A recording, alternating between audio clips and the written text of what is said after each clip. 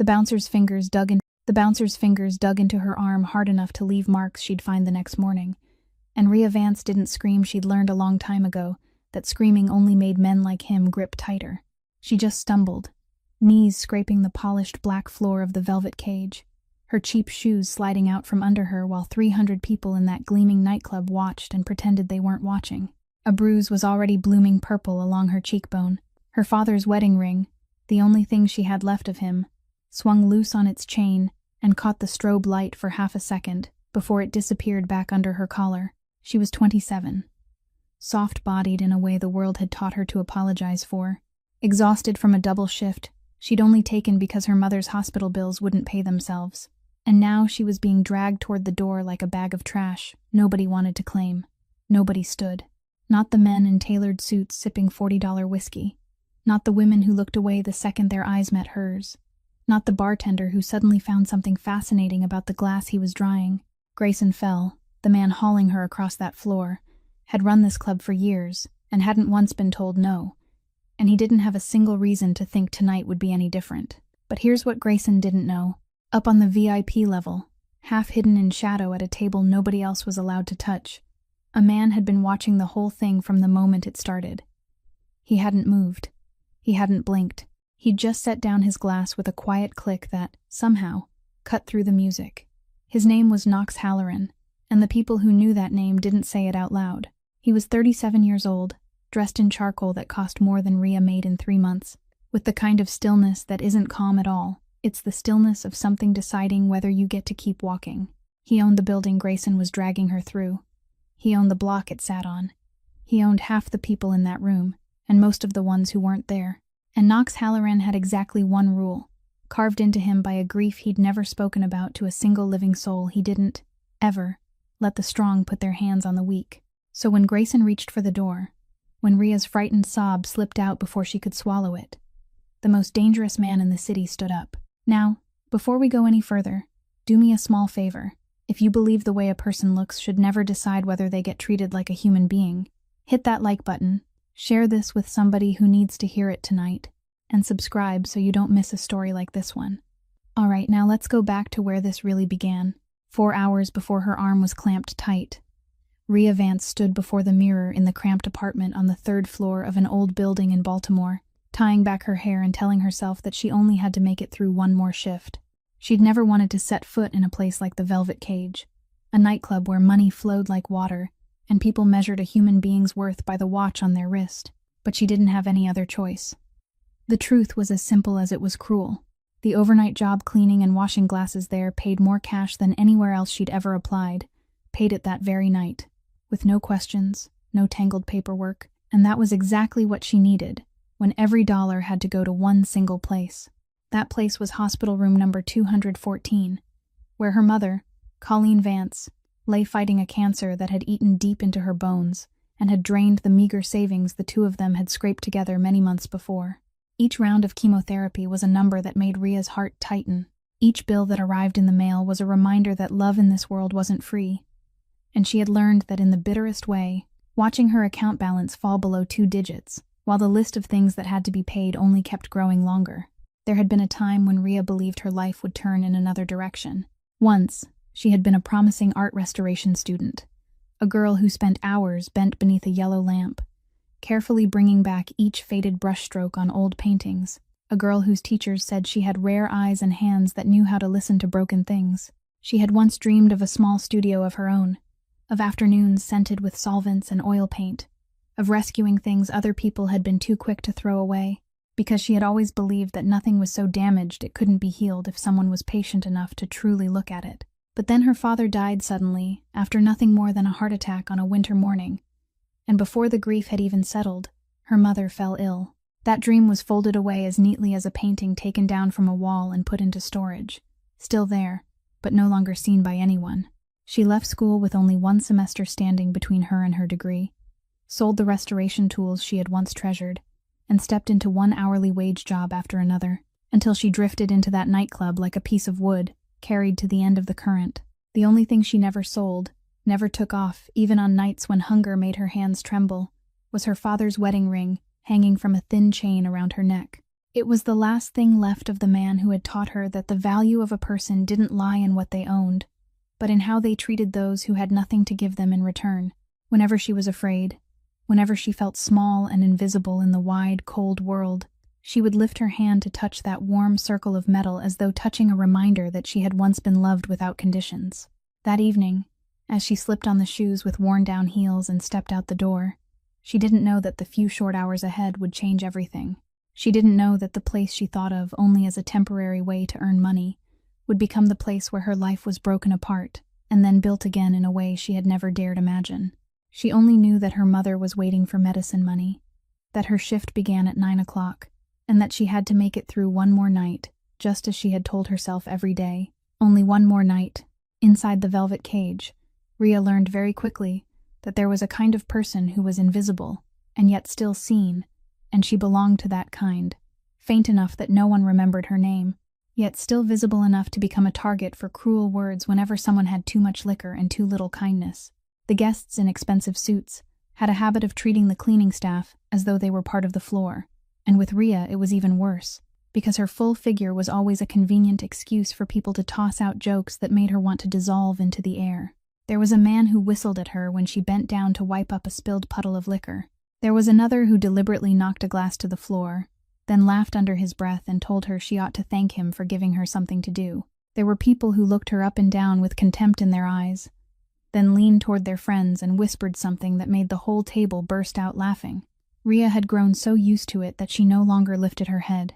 She only kept it lowered, finished the work, and folded herself as small as she could, hoping that if she was quiet enough, the malice would pass over without touching her. She didn't tell her mother about any of it. She didn't tell anyone, because she believed complaining wouldn't change anything, and because deep down, she had begun to believe the things people said. She had begun to think that maybe she truly deserved to be treated that way, a poisonous thought that crept into her mind a little more each day, like water seeping through cracks in stone. In that cold place, the only person who treated her like a human being was Maeve, the night shift manager, a woman past 50, with neatly cropped silver hair and unusually sharp eyes, a quiet woman who always saved Rhea a late supper, always assigned her to work in areas away from the most aggressive guests, and sometimes simply placed a hand on her shoulder when she caught Rhea secretly wiping away tears in the storage room. There was something about Maeve that made Rhea feel she wasn't entirely like an ordinary nightclub manager. The way she watched everyone in the room as though memorizing every detail, the way she always seemed to know trouble was coming before it happened, the way she sometimes disappeared into the office and came back out with the face of someone who had just heard something important. But Rhea never asked, because in this world, people learned that the less curious they were, the safer they remained. One night, while the two of them were resting behind the counter, Maeve saw Rhea holding a supplier invoice and frowning as she studied the signature at the bottom. Then she heard Rhea quietly say that the signature didn't match, that the line here hesitated and had been gone over again, instead of written in one continuous motion the way a real signature usually was. When Maeve asked in surprise how she knew, Rhea only shrugged and said that when she had studied restoration, she'd been taught how to read ink and pen strokes in order to tell an original from a copy, that a true hand always left behind its own rhythm, one no one could imitate completely, and that she could see the lie in a line of handwriting more easily than she could see it on a person's face. Maeve looked at her for a very long time after that sentence, longer than such a passing remark should have deserved, then slowly nodded and changed the subject. But something in her eyes had shifted, as though she had just tucked away a piece of information in some drawer to be saved for later. Rhea didn't pay attention to it. She only felt warmed by the fact that, for the first time in many months, someone had listened to her speak without laughing at her. Then she returned to her work, with no idea that the small skill she had just mentioned by chance, as well as the kind woman sitting beside her, would later become two links in the chain that would decide her fate in ways she couldn't yet imagine that night. While Rhea was beginning her shift that night, in another part of the city, Knox Halloran sat inside a black car parked outside a cold glass building, turning through the pages that his loyal accountant had just placed on his lap, with the tense expression of a man who knew he was bringing bad news. The velvet cage was one of many links in the empire Knox had built from nothing, a network of seaports, casinos, and real estate spread across the city, run more by fear than by contracts. For many years, that nightclub had sent money flowing back to him as steadily as the striking of a clock. But over the past several months, the numbers had begun to slip out of place. At first, they were only small amounts that were easy to overlook. Then slowly, they became gaps that couldn't be explained. Cash vanished from the books. Supply contracts were inflated. Shadowy transactions crept into places that should have been clean. And Knox wasn't the kind of man who believed in coincidence. He had handed the velvet cage over to Grayson Fell years earlier, a subordinate who had once seemed loyal and sensible. And that was exactly what made the betrayal, if there was one, more infuriating than anything else. In the world Knox lived in, he could forgive an enemy, because enemies were meant to stand against him. But he never forgave a man who had been trusted by him and then turned around to stab him in the back. People feared Knox not because he was loud or violent, but because of the opposite, because he remained absolutely calm even when making decisions that cost others everything, because he could look at a person and calculate both their worth and their threat in only a few seconds, because when he lowered his voice, the whole room seemed to lower itself with him. He was ruthless. No one denied that. He had done things that still came back to haunt him at night, had made those who deserved punishment pay in ways no one dared repeat aloud. Yet within that ruthlessness, there existed something like a private code he never broke, a boundary drawn in blood from some deep place in the past that he kept locked away. Because Knox Halloran was rich enough to buy an entire neighborhood, yet poor to the bone in the one thing money couldn't purchase. He had no wife, no children, no friend he dared turn his back on and sleep peacefully beside. He had only those who feared him and those who coveted what he held. And every night, he returned to that vast penthouse to face the silence of his own life. There was a name, a face, a girl's laugh that he didn't allow himself to think about for too long, because each time he did, the old wound began to bleed again. Something had been lost many years ago, something he hadn't been able to save even though, at that moment, he had been close enough to touch it. It was that helplessness from long ago that had forged the man he was now, that had turned the young man who once knelt crying beside a cold body into a man who would never again allow himself to stand still and watch the strong trample the weak. That was why, tonight, he didn't send anyone in his place. He came to the velvet cage himself, without warning, without spectacle, only walking in quietly, so he could see with his own eyes just how far Grayson had betrayed him, and decide what price the man would have to pay. And he had no idea that inside the nightclub he was about to enter that night, fate was waiting for him in the form of a girl the whole world had turned its back on, a girl who was about to make the old principle inside him come alive more fiercely than ever before. Knox entered the velvet cage through the back door, reserved for him, without a single word of warning, and within only a few seconds the news of his presence spread like a cold current of air, making the lower managers suddenly straighten their backs, while Grayson Fell went pale and tried to hide it behind a strained smile as he hurried out to greet him.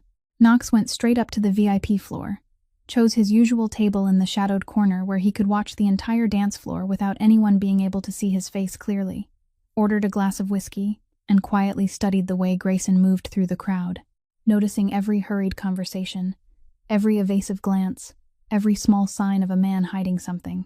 Rhea had been assigned to carry drinks up to the VIP section that night because another employee had called in sick, and she hated it, because the upper floor was always where the most dangerous guests gathered, the kind of people whose very gaze made her feel small, but she had no right to refuse. So she carried the tray upstairs with hands that were already trembling from exhaustion after many hours of standing.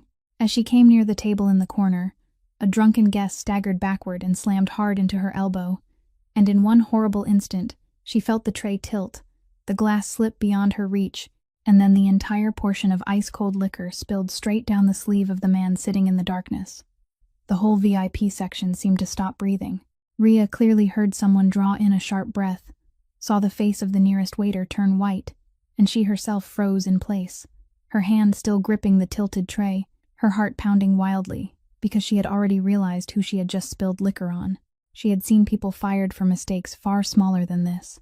She had watched Grayson dismiss a girl simply for breaking a glass, and now she had just splashed an entire drink onto the man even Grayson had to bow and scrape before. So, following the instinct that had been beaten deep into her through months of being crushed down, she immediately lowered her head, drew in her shoulders, stammered out an apology, and reached blindly for the towel at her waist to wipe it away, her whole body tightening as she waited for the shout, waited for a hand to rise, waited for that familiar moment when the world punished her once again simply for existing. but the shout never came. Knox didn't move. He only looked slowly down at his drenched sleeve, then lifted his eyes to her. And in that moment, when he raised his head, his gaze moved over her lowered face, over her trembling shoulders pulled inward as though she wanted to disappear, then stopped for half a second on the wedding ring hanging from the chain that had swung out from beneath her collar when she bent down. Something passed through those eyes that were usually as cold as stone. Something very small and very quick. Not pity, but something closer to recognition, as though in her shrinking posture, as she braced for a blow, he had just seen an image he knew too well, a fear he had once witnessed on another face long ago. He raised a hand to stop the guard who was rushing toward her, a small but decisive gesture that made the man freeze in place. Then he spoke in a low, calm voice, so steady she almost couldn't believe what she was hearing, telling her that she was all right, that it was only a glass of liquor. Rhea lifted her eyes for a brief second and met his gaze, and what bewildered her most wasn't that he had spared her, but that she couldn't read in his eyes the contempt she was so used to seeing in everyone else in that room. Then she quickly lowered her head again, stammered her thanks, and turned away as fast as she could, without knowing that the man was still watching her back disappear into the crowd, and that inside him, something he had thought had died long ago had just stirred softly. Still trembling after the encounter in the VIP section, Rhea retreated into the back hallway that led toward the storage area to steady herself and put away the tray. And it was there, in that quiet place, cut off from the music, that through the narrow crack of Grayson's office door, she accidentally heard something she never should have heard. Inside, Grayson's voice was lowered but still clear enough, speaking to another man whose face she couldn't see. A deep voice, cold and full of authority in the way of someone used to giving orders, and they were discussing something Grayson called the debtor list. Rhea stopped short, pressed herself against the dark wall, and felt her heart pound as she listened to Grayson list names along with numbers and home addresses. She heard him laugh under his breath and say that the old and the sick were the easiest to handle because they were desperate and alone, that all you had to do was put a paper in front of them at the exact moment they were drowning in hospital bills, and they would sign anything without even bothering to read it. The other man answered in a satisfied voice that the beauty of the plan was that everything looked completely legal, that they signed willingly, that by the time they realized they had signed away their homes, it was already too late, and no court would defend a debtor who had put their own name on a contract. When Rhea heard that, the blood in her body seemed to freeze, because the phrase Grayson used next sounded terrifyingly familiar. He mentioned a medical relief fund, a program pretending to be a charity, one that targeted families ruined by illness and slipped papers into their hands promising help with hospital bills, but hidden beneath all that kind language was a clause transferring ownership of their homes. And with a horror rising into her throat until she could barely breathe, she suddenly remembered that only a few weeks earlier, her own mother had told her about a polite man who had come all the way to her hospital room, speaking sweetly about a fund that helped cancer patients. Her mother, in pain and desperate beneath the weight of all those piled-up bills, had signed several papers she believed would save the two of them. Rhea stood there with one hand pressed over her mouth to keep a sob from breaking out, as all the scattered pieces from the past suddenly locked together into one terrible picture. The small house where she had grown up, where her father had repainted the fence every summer, where her mother still dreamed of returning after she was discharged from the hospital, might no longer belong to them at all. It might have become nothing more than a name on the debtor list those men were talking about as casually as if they were discussing the weather. Then she heard the thing that turned her whole body cold. Grayson's voice read a name aloud from the list, and that name was Colleen Vance, her mother, followed by the address of their house, and a mark showing that the file was nearly complete. She had to grip the edge of the wall to keep from collapsing, her mind spinning between fury and fear, because she had just understood that all the nights she had worked herself to exhaustion in this nightclub, sending every dollar back to the hospital, could become meaningless if even their home was being stolen by the very same people sitting behind that door. She didn't know who the cold-voiced man sitting with Grayson was. She hadn't seen his face, and she hadn't heard his name, but from the way Grayson spoke to him, she could feel that he was the one truly in charge, the man who stood even above Grayson in this dark network. And she understood that what she had accidentally heard wasn't some scattered little scam, but an organized machine swallowing the weakest people whole. She should have quietly slipped away. She should have pretended she had never heard a thing, but her legs had gone numb with shock. And in that very moment, as she stood frozen in place, a hand suddenly came down on her shoulder from behind. The hand gripping her shoulder belonged to one of Grayson's cold-faced men, a guard who usually stood watch at his door, and before Rhea could come up with even a single explanation, he had dragged her into the office, where Grayson was standing with a face that had shifted from smug satisfaction into the dangerous coldness of a man who had just realized his secret had been overheard.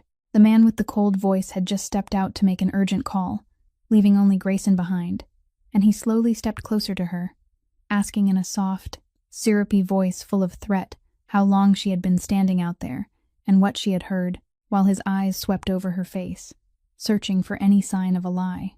Rhea tried to keep her voice steady, stammering that she had only come down to put away the tray and hadn't heard anything, that she was just about to go back to the floor. But she had never been good at lying, and the terror still stamped clearly across her face, after what she had just heard betrayed her more plainly than any words could have. Grayson only gave a dry, scornful laugh and shook his head, as though disappointed that she would insult his intelligence so badly. He stepped close enough that he was almost in her face, lowered his voice, and told her he didn't like people sticking their noses into things that weren't their business, that in this place there were things a person only had to hear wrong once to vanish without a trace, and that she ought to understand that a cleaning girl like her had words that carried no weight at all compared with his. Rhea felt fear rise until it nearly choked her. She shook her head desperately and began to plead again, stammering that she wouldn't say anything to anyone, that she only needed this job, that her mother was in the hospital and needed her. But the moment she mentioned her mother, her voice broke, and that trembling in her words only confirmed for Grayson that she had heard too much, that she knew about the list, that she even knew the name Colleen Vance, which he had read aloud only a few minutes before. Grayson's face darkened, and without a word of warning, his hand flew up and struck her across the face with such force that her head snapped to one side and she staggered backward into the shelving behind her, her ears ringing, her mouth bitter, tears spilling uncontrollably from pain and from the shock of violence that had come so suddenly. He stood there watching her crumple without the slightest flicker of pity, then said in a voice that had already calculated everything that now he would give her a proper reason to disappear from here without anyone asking questions. He would tell everyone she was a thief, that he had caught her stealing money from the safe, and no one in this nightclub would doubt the word of the manager to defend some nameless cleaning girl. Rhea lifted her eyes to him through her tears, understanding with a cold, hopeless horror that he had already set the trap, that slapping her was only the beginning, and that his plan was to throw her out in front of the crowd as a thief, both to silence her and to destroy the little credibility she had. That way, even if she later dared to open her mouth about that list, no one would believe the words of a girl who had just been fired for stealing. He grabbed her arm and yanked her to her feet, ignoring her pleas and the tears rolling down her face, then shouted for his man and ordered him to drag this little thief out of the club where everyone could see her. And as she was pulled stumbling through the office door, back toward the lights and the pounding music, Rhea only had time to lift one hand and touch her father's ring at her throat, clinging to that last small fragment of courage, with no idea that in the next few seconds, when she was dragged out into the middle of the floor before 300 indifferent people, there would be one person in that entire room who would decide not to turn away. Knox had risen to his feet, and the entire VIP floor seemed to sink beneath the weight of his tall shadow as he left the hidden corner and began descending the stairs toward the main floor, unhurried, one step at a time, his eyes locked on the sight of the underling, dragging the girl toward the door. He had recognized her at once, the girl who had spilled liquor on his sleeve earlier that evening, the girl with a wedding ring hanging from her neck and shoulders that knew how to curl inward while waiting for a blow. And now her face carried the mark of a hand that had just struck her. Her eyes were red from crying, and she was being hauled through the crowd like something to be thrown away, while not one person among those 300 indifferent souls lifted themselves to help. Knox had seen enough in his life to know when something was only an argument, and when it was the naked trampling of the strong over someone who couldn't fight back. And the sight before him cut straight into the one principle carved in blood inside his heart, making something cold and final rise up in place of his usual calm. When he set foot on the floor, the nearby crowd automatically parted like water before the bow of a boat, and it was the sudden silence spreading from him that made Grayson look up, made the underling pulling her freeze, and made Rhea, through the blur of her tears, lift her eyes toward the man coming closer. Knox stopped a few steps away from them, and in a low voice that wasn't loud at all but cut through the last remnants of the music, he said 3 simple words: "Let her go." The underling loosened his grip at once, by the reflex of a man accustomed to obeying orders. But Grayson was different. He had already endured a terrible night after having his secret overheard, and now he had been caught by his own boss in the middle of a filthy act. So in a panic mixed with bitter resentment, he made the greatest mistake of all. He chose to defy Knox. He forced out a smile and spoke in a voice trying to sound composed, saying this was only an internal club matter, that this girl was a thief caught in the act, and he was handling it according to procedure, that Knox didn't need to trouble himself over something so small, and could simply relax and return to his whiskey. But the moment those words left his mouth, Knox knew he was lying, because he had watched this girl all evening, had seen the way she lowered her head and apologized over a spilled drink, had seen in her the instincts of someone who was always afraid, not the cunning of a thief. More importantly, he had already heard enough about Grayson's dirty games that night to understand that the label of thief was only a convenient lie meant to hide something far worse.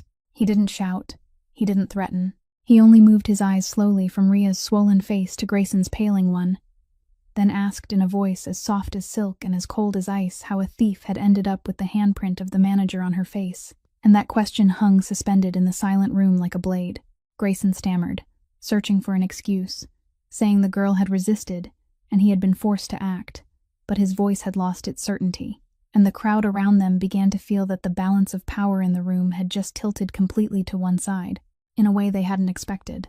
Knox took another step forward, now standing between Grayson and the door, between the oppressor and his escape, and he gave a slight signal for the underling holding Ria to step back, a small gesture, yet one that carried the full weight of the man who owned everything in that building. The man hesitated, then released the girl. Ria stumbled backward, clutching her aching arm, still unable to believe what was happening, while Knox never took his eyes off Grayson, and with the frightening calm of a man who had never needed to raise his voice to be obeyed, he said that now Grayson and he were going to talk properly about everything Grayson had been hiding from him. And at that exact moment, the club's front door burst open. The man who stepped through the newly opened door was a man somewhere past 50, in a perfectly tailored suit. His graying hair combed neatly back, a politician's smile already fixed on his lips, and the walk of someone accustomed to having doors opened for him and heads bowed in greeting.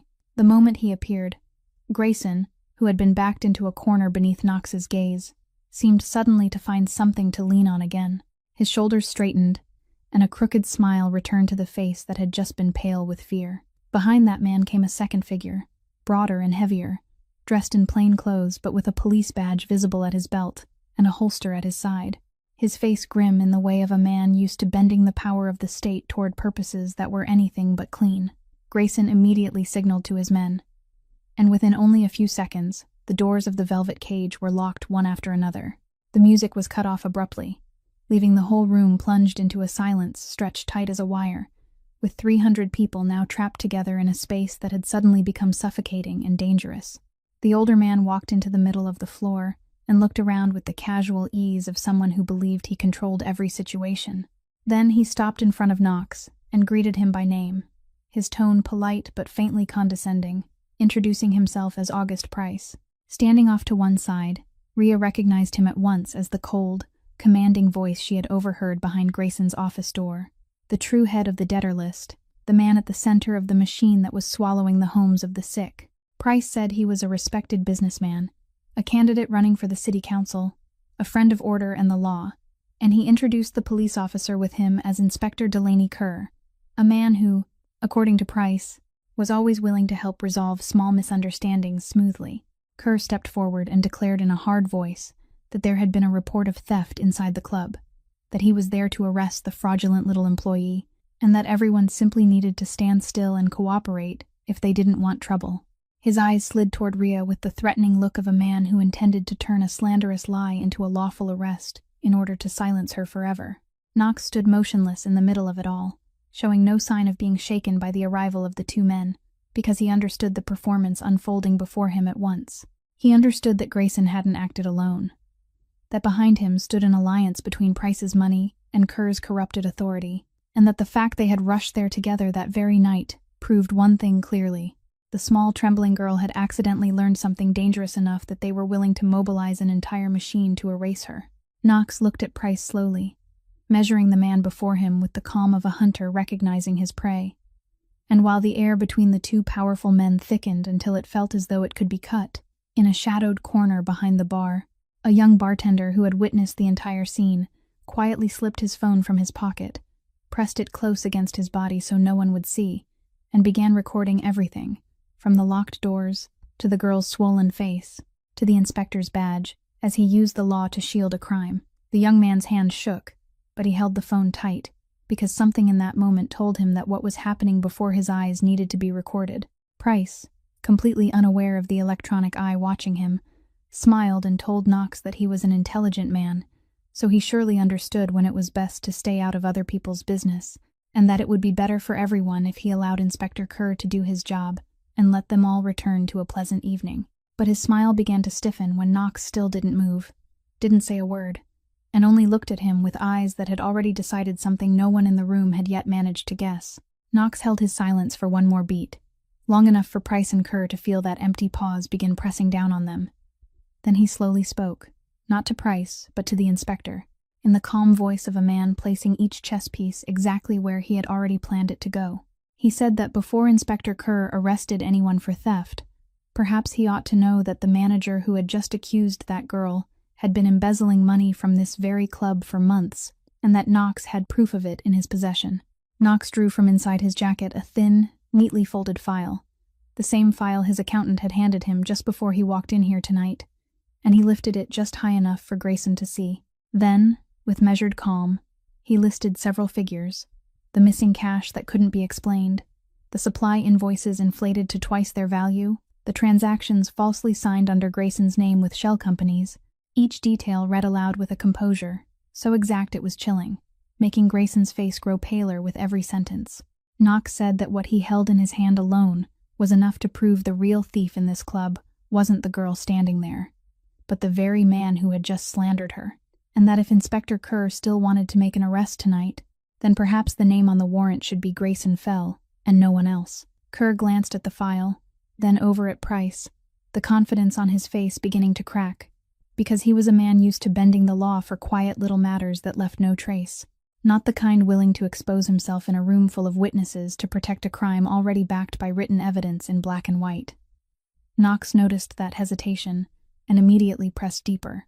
He reminded Kerr that a police inspector putting cuffs on an innocent victim to protect an embezzler was the kind of thing that could destroy both the inspector's career and his freedom, that there were too many eyes watching in this room, and that Knox advised Kerr to ask himself whether August Price was worth losing everything for.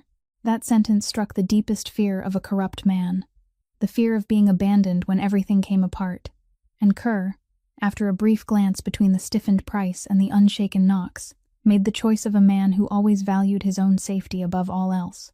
He slowly removed the badge from his belt, set it down on the nearest bar top with a dry, sharp click, muttered that he had nothing to do with this and that he had never been here tonight, then turned and walked straight toward the door, unlocking it himself, and stepping out into the night, leaving Price standing rooted to the middle of the floor. The inspector's retreat seemed to pull away the last support holding Grayson upright, and when the underling beside him also began to step back in confusion, Knox gave a slight nod to Shane, the loyal man who always followed him in silence. In an instant, Shane and several of Knox's men closed in on Grayson from both sides, twisted his arms behind his back, and pinned him down cleanly, without a single wasted sound. Grayson struggled, cursing and threatening loudly, shouting that Knox didn't understand who he had just crossed, that there were forces behind this far larger than he could imagine. But Knox only stepped closer, bent down to look straight into his eyes, and quietly said that he would be very pleased to hear Grayson tell him all about those forces, one name at a time, but that would come later. For now, Grayson would be wise to keep quiet. Then Knox straightened, turned his gaze toward August Price, who still stood there with his smile completely gone, and the entire room understood that the real confrontation had only just begun. While Grayson was being held down and Price still stood motionless, measuring the situation, a figure separated from the crowd and walked toward Knox with a strangely calm stride in the middle of the chaos. When Rhea realized it was Maeve, she thought the kind night shift manager was only another frightened witness like everyone else, until she saw Knox give the woman a slight nod of greeting, a gesture of recognition, and heard Maeve answer in a calm, professional voice that everything had been fully recorded and was exactly as she had reported. Rhea stood frozen, her mind unable to process what she had just heard.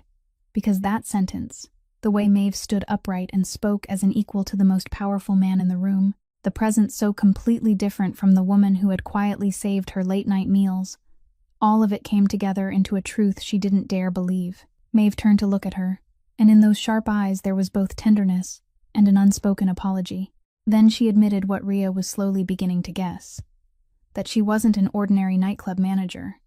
That she was one of Knox's people, planted by him inside the velvet cage many months earlier, with the task of quietly watching Grayson after the numbers in the books began showing signs of irregularity. She explained gently that it was her steady reports about the suspicious transactions, about Grayson's secret meetings with strangers, about the increasingly dark atmosphere settling over the club that had made Knox decide to come there in person tonight, to see it with his own eyes and take action, and that his presence in this room, the thing Rhea had believed was an almost unbelievable stroke of luck, was in fact the result of months of silent preparation. For Rhea, that confession came down like a double wave, both a relief and a shock, because she had just realized that the only person who had treated her kindly in this cruel place had also been carrying a secret, that those caring gestures might have been only the cover for an operation.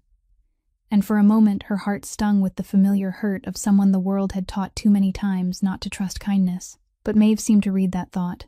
She stepped closer and took Rhea's trembling hand, saying softly that it was true she had been sent there to watch Grayson, but the kindness she had shown Rhea had never been false, that she had watched her for many weeks and seen in her a rare decency in the middle of this mire, that the late-night meals, the shifts arranged in safer corners, the time she had placed a hand on Rhea's shoulder had all come from a real person, not from an assignment.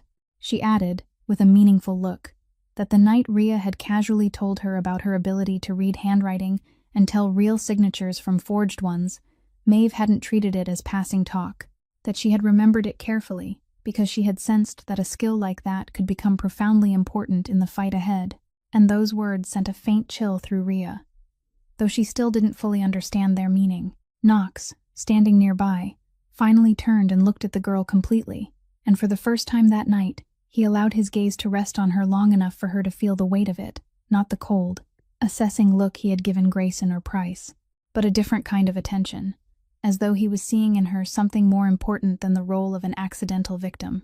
Rhea, amid all the fear, pain, and bewilderment of that night, suddenly understood that her life had just been drawn forever into a world she hadn't chosen, a world of people wearing many layers of masks, where even kindness could walk beside calculation, and that from this moment on, there would be no way for her to return to being the invisible cleaning girl she had been before.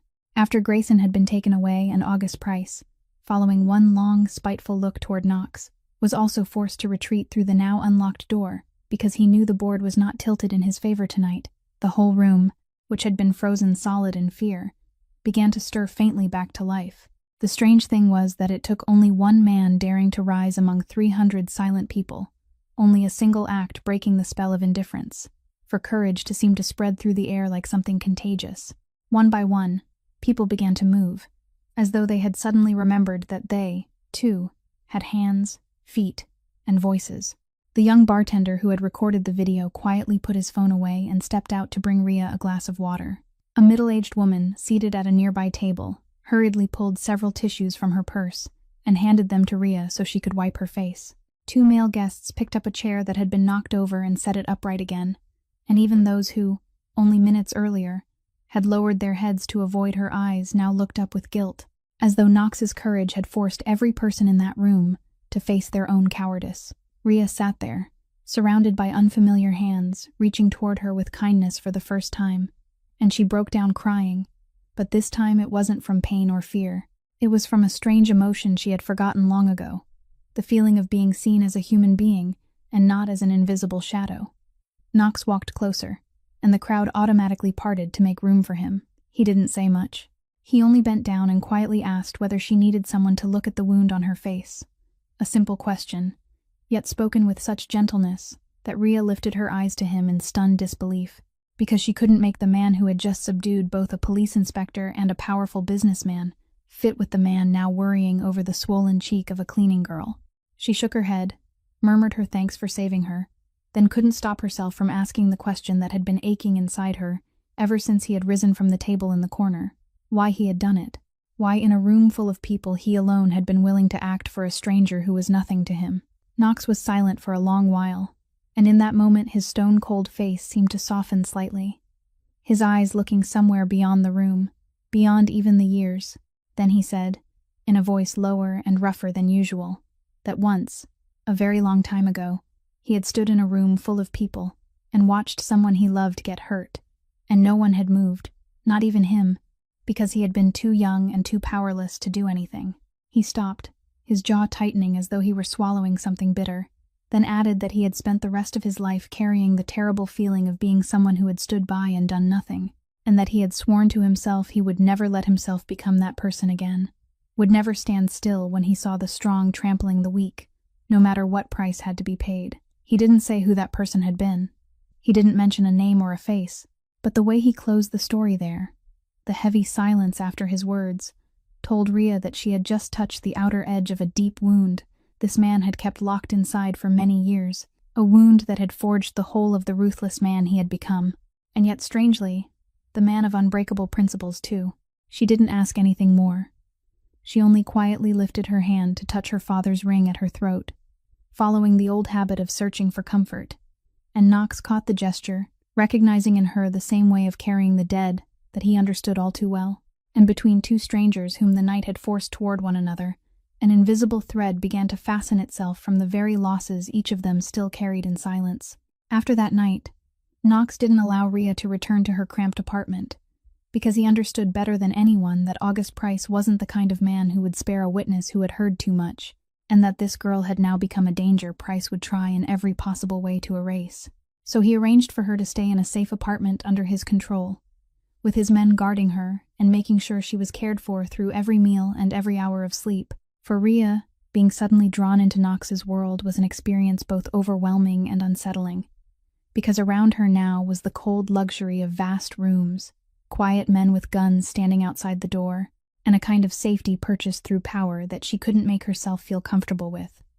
While her mind was always turned toward her mother lying in the hospital, with Rhea still not knowing how she was supposed to keep taking care of everything, she and Knox began having brief conversations, usually late at night when he stopped by to check on the situation. And through each hesitant fragment of dialogue, two people who seemed completely opposed to each other slowly began revealing their hidden corners. Rhea saw in Knox not a hero, as his actions at the club might have suggested, but a complicated and frightening human being. A man who had ordered things done that made her shiver when she heard his people mention them. A man who controlled an entire underground empire through fear, and sometimes through violence. She had to remind herself that the gentleness he showed her couldn't erase that ruthless nature, that she shouldn't let gratitude turn into something more dangerous. And yet, the more time she spent near him, the more she realized that behind that layer of ice was a loneliness so deep it made the heart ache, that this man who owned everything had no one he could truly talk to, no one who looked at him without fear or greed attached, and that she, a cleaning girl with nothing in her hands, was somehow the first person in many years who dared look straight into his eyes and ask him honest questions. As for Knox, he found himself surprised by his own heart when he realized that Rhea's presence eased something inside his chest, that he was finding excuses to stop by the safe apartment more often than necessary, that he caught himself listening to her talk about the paintings she had once restored, about the father who had taught her the value of a person, about the unfinished dream she had left behind, with a kind of attention he hadn't given anyone in a very long time. He knew it was dangerous. He knew that in his world, attachment was a weakness his enemies could exploit. He knew this girl deserved a decent life far more than she deserved to be pulled into the blood-stained orbit of a man like him, and so he tried to keep his distance, tried to appear cold and remote whenever he felt himself coming too close. But that very struggle created a quiet tension between them, a wordless temptation they both felt and neither dared to name. One night, when Rhea couldn't sleep because she was worried about her mother and had gone to sit by the window, looking down at the city lit below, Knox came and sat beside her in silence. She softly said that she was afraid that no matter how much power he had, she would still lose everything. Her mother, her home, even the person she used to be. And Knox, instead of offering empty promises, only quietly admitted that he couldn't guarantee everything would be all right, but he could guarantee that as long as he was still standing, no one would be able to touch her. That naked honesty, without decoration and without false comfort, made Rhea trust him more than any sweet words ever could, and at the same time it frightened her to realize that her heart was leaning toward a man her reason kept telling her to be wary of. August Price wasn't the kind of man who sat still and accepted defeat. And when he realized that confronting Knox directly in a room full of witnesses was impossible, he turned to the familiar method of the wealthy and cunning, bribery from within, trying to break his opponent through the very people closest to him. He discovered that there was one disgruntled man in Knox's ranks, a longtime underling named Doyle, who had always been jealous because he felt Knox had never trusted him enough to give him the most profitable positions. A man who had quietly accumulated resentment over the years, and Price approached him with a large sum of money and the promise of a higher place in the new order after Knox was removed. Doyle agreed, and he gave Price's people Knox's travel schedule, especially the fact that Knox often went alone to an old warehouse in the Port District late at night to inspect shipments, a habit very few people inside the organization knew about. On the night of the ambush, when Knox stepped into the dim warehouse with only Shane beside him, he immediately felt that something wasn't right. The silence too deep, the faint smell of gunpowder in the damp air, and the instincts tempered through years of life and death saved him when he shoved Shane down just as the first burst of gunfire tore through the darkness. A shootout erupted inside the cramped warehouse, bullets striking metal crates and throwing off sparks, Knox and Shane rolling behind a concrete wall for cover, and in the chaos Knox was grazed by a bullet across his left shoulder, blood soaking through his sleeve, a sharp, burning wound, reminding him that no matter how powerful he was still only a man of flesh and bone who could fall like anyone else. But he didn't panic. He fought with the coldness that had become instinct, tracking each sound to locate the attackers, and with his experience and Shane's cover, the two men gradually turned the tide, taking down several gunmen and forcing the rest to flee into the night. When everything settled, Knox leaned back against the cold wall, one hand pressed hard over the bleeding wound, breathing heavily in the warehouse, now scattered with spent shells and gun smoke, and the first thing he thought of wasn't the pain, but the chilling question of how the enemy had known exactly that he would be here at this hour when only a very small number of people knew that schedule. Shane, his face pale after escaping death, realized the same thing, and both men reached the same spine-chilling conclusion that this ambush couldn't have happened unless there was a traitor inside the organization who had sold him out. Knox had his people investigate quietly, following the small clues about who had known the schedule and who had made unusual contact in recent days. And in the end, every lead pointed to a single name, Doyle, the man who was brought before Knox the very next night by Shane and Knox's men. Under Knox's icy stare, Doyle denied everything at first, but then he broke and confessed it all, that August Price had been the one who paid him, that Price was desperately trying to eliminate Knox before Knox could expose his operation, and that Price had also mentioned Grayson as an important link now being held captive. One Price feared might open his mouth. Knox stood listening in silence, the wound in his shoulder still throbbing like a reminder of the ruthlessness of the enemy he was facing. And he understood that this war had entered a far more dangerous stage, that Price wouldn't stop at targeting him and would sooner or later go after Rhea and her mother, and that to protect the girl who had awakened something he had thought long dead inside him, he would have to end August Price before Price could strike first. When Knox brought back the files gathered from his sources, including the home transfer contracts Price's operation had forced the victims to sign, he spread them across the long table in the safe apartment, with the intention of having his lawyers review them. But Rhea was the one who noticed what no lawyer had seen. She asked to look at the papers, at first only because she wanted to find the contract bearing her mother's name, but when the eyes trained through her years of studying restoration moved across the pages, something began to make her stop, a vague irregularity in the signatures lying at the bottom of each contract. She asked Knox for a magnifying glass and a bright lamp, then sat down and bent over the papers in the very same posture she had once held for hours before old paintings. And in that absolute concentration, she began to read the ink strokes in the way only someone properly trained could, following the pressure and fading of the ink, the direction of the pen, the places where it hesitated, and the places where it flowed without a break, the private rhythm every human hand leaves behind when it writes.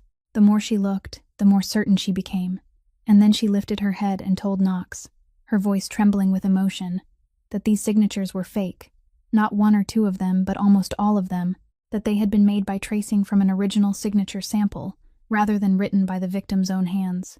She explained that a real signature always had a natural variation in speed and pressure, places where the pen moved quickly and places where it pressed down according to unconscious habit, while traced signatures always carried a forced kind of evenness, a very slight tremor along the curves, because the forger had to slow down to follow the sample line, and once a person knew how to look, those signs appeared as clearly as daylight.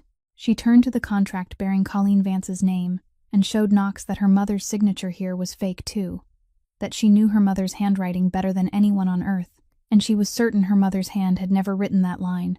Perhaps her mother had signed some paper believing it was an application for assistance, only for that real signature to be used by them as a model to reproduce across one home-stealing contract after another, contracts she had never even seen. That discovery changed the entire situation, because, until now, the evidence Knox held was enough to stop Price for one night, but still not enough to bring him down before the law, since every contract carried what appeared to be a valid signature, and Price could always deny everything by claiming the victims had signed willingly.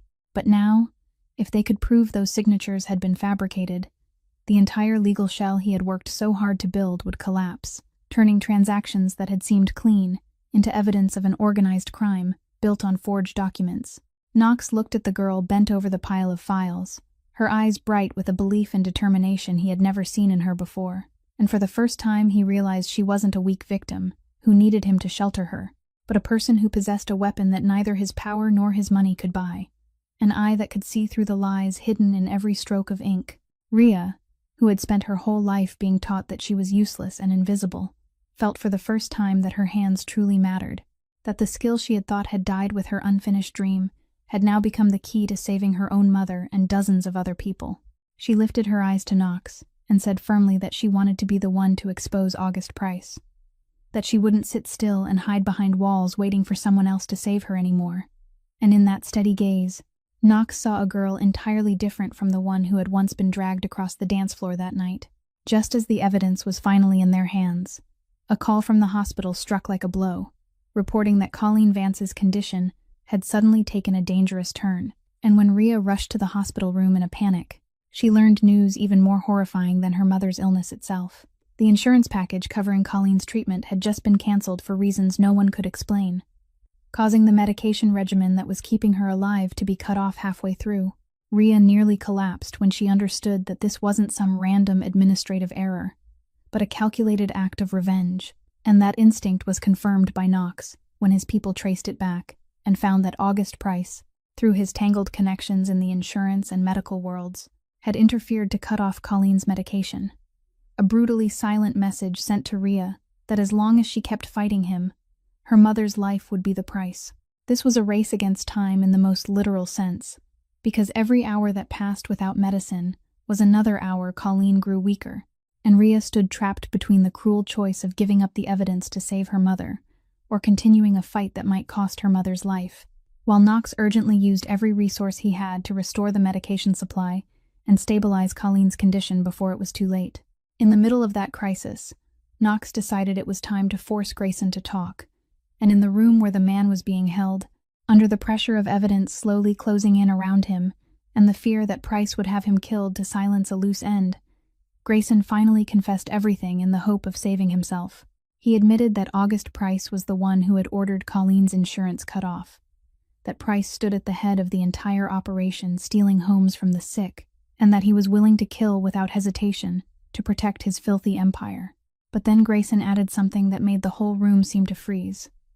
A detail that slipped out while he was trying to prove the depth of Price's cruelty. He said Price had been running this game of taking homes from desperate people for more than 13 years, that back then he had still been a loan shark hiding behind a respectable face, and that one of the families he had driven to the edge that year had been completely destroyed. A family with a young girl who couldn't bear the persecution and humiliation and had taken her own life. Knox, standing silent in the corner of the room, suddenly felt as if the ground had collapsed beneath his feet, because every detail in Grayson's story matched with terrifying precision the tragedy he had buried for 13 years, the sister he hadn't been able to save, the family crushed by a ruthless lender until they lost both their home and their dignity during that very same time. He stepped forward, seized Grayson by the collar, and in a hoarse voice demanded the name of the lender from that year, and when Grayson, trembling, confirmed that it had been August Price, that Price had often bragged about his brutal early schemes as though they were trophies. Knox released him and stepped back, his whole body motionless while a storm sealed inside him for 13 years suddenly broke open. The man who had destroyed his sister, the man who had driven that girl to the death Knox had carried through his whole life like a wound that would never heal, the nameless man he had hated in helpless fury for all those years, had turned out to be August Price, the same man who was now once again raising his cruel hand against a sick mother and a girl Knox had sworn to protect. And in that moment, the fragile line between justice and revenge that Knox had held steady for so long began to crack, as the blood hunger inside him rose more violently than anything his reason could restrain. Knox stood there with 13 years of rage boiling through his veins, and for one breathless, endless moment, everything inside him pointed toward one thing only: finding August Price and ending with his own hands the man who had destroyed his sister, the man who was now threatening the woman he didn't want to lose again. He had already given the order to prepare. He had already started toward the door with the face of a man about to do something from which the rest of his life would never be able to turn back. And it was at that moment that Rhea stopped him, standing between him and the door with eyes still red from the hours she had spent at her mother's hospital bedside. She didn't shout. She didn't beg. She only looked straight at him and said she knew how deeply he was hurting, that she understood how enormous that loss was because she herself was standing on the edge of losing the only loved one she had left, but she was asking him to stop and listen to her before he walked through that door. She told him that if he went and killed Price, Price would die. But along with him would die the man Knox had struggled to preserve all these years, the part of him that had stood up in a room full of indifferent people to save a strange girl, the part that had made her believe that behind that layer of ice, there was still a heart capable of hurting for someone else. She said his sister didn't need a corpse in order to rest in peace. She needed the truth brought into the light. She needed the world that had turned its back on her all those years ago to look directly at what Price had done, and that the most powerful revenge wasn't dragging Price down to the level of his darkness, but forcing him to stand beneath the light of justice so the whole city could see what kind of man he truly was. She reminded Knox that they had everything they needed now.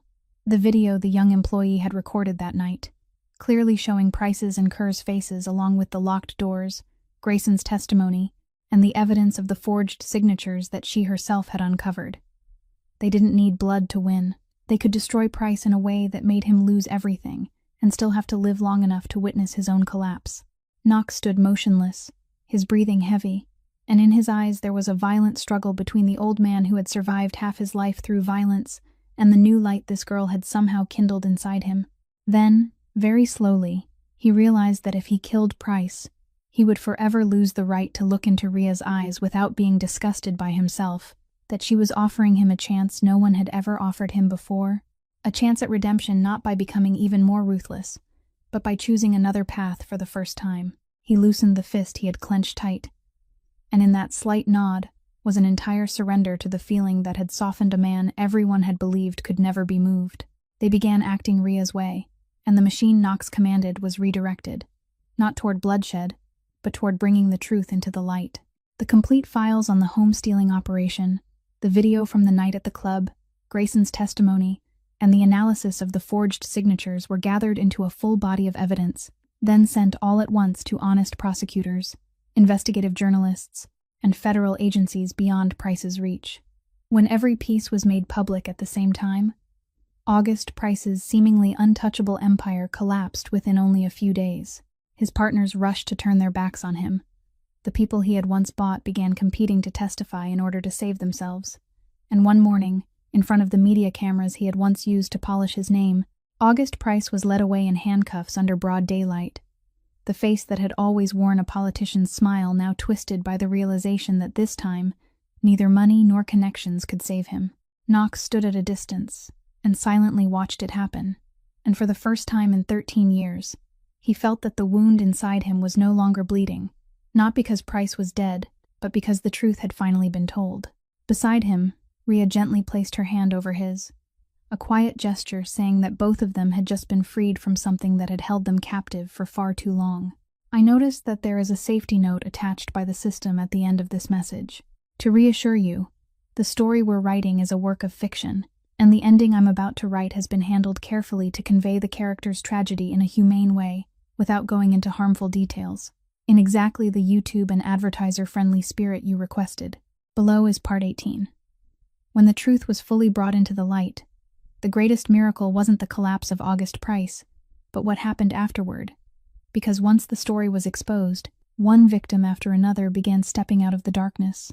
The elderly, the sick, the families whose homes had once been stolen in silence and humiliation, now finding the courage to speak when they learned they weren't alone. An old man who had lost the house he had lived in his whole life. A widowed woman who had signed the fateful paper in a moment of desperation. One person after another rose to their feet, just as courage had spread through the club that night, and it was those testimonies that closed every door of escape Price might have had before the law. The forged contracts were declared invalid. The small house where Rhea had grown up, where her father had repainted the fence every summer, was returned to the rightful owner's name, and more important than anything, the medication for Colleen's treatment was restored in time, thanks to Knox's intervention, so that after those critical days, her condition gradually stabilized again, and she could hold her daughter's hand and smile once more.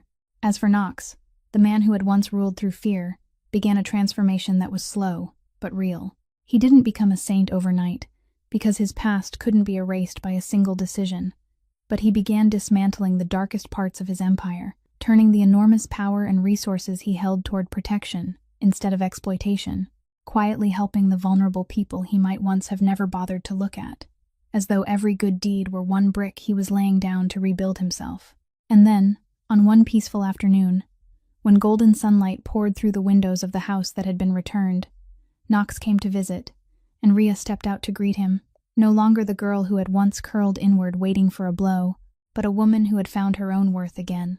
Remember how this story began, with a rough hand clamping around her wrist and dragging her across the floor, while 300 people turned their faces away. And now, standing on the porch in the gentle evening light, another hand reached for hers, this time not gripping hard, but holding it tenderly, not pulling her toward the darkness, but taking her hand, like a promise that she would never have to face this world alone again. Two people carrying wounds that had seemed impossible to heal, a girl whom the whole world had taught to believe she was invisible, and a man imprisoned by the past in his loneliness, finally found in each other what money, power, and endurance had never been able to give them: the chance to be seen, to be cherished, and to be loved exactly as they were. This story, ladies and gentlemen, leaves us with a lesson both simple and profound: that a person's value never lies in appearance, body shape, status, or the amount of money in their pocket, but in the inherent dignity every human being is born deserving to have respected, and that sometimes it takes only one person daring to stand up in the middle of a silent crowd to rekindle courage in everyone else. It reminds us that kindness and respect for the vulnerable have never been small things, that every time we choose not to turn away from injustice, we are helping make this world a little kinder. If this story has touched your heart, please subscribe to our channel, press the like button, and share the video so we can spread meaningful stories together and bring you more compelling videos every day. How do you feel about this story? And what does it remind you of in the real life around you? Please leave a comment sharing the feelings from deep within your heart, because we're always hoping to hear what is in yours. We wish everyone watching this video good health, a joyful life, and peace every day. Goodbye, and we'll see you again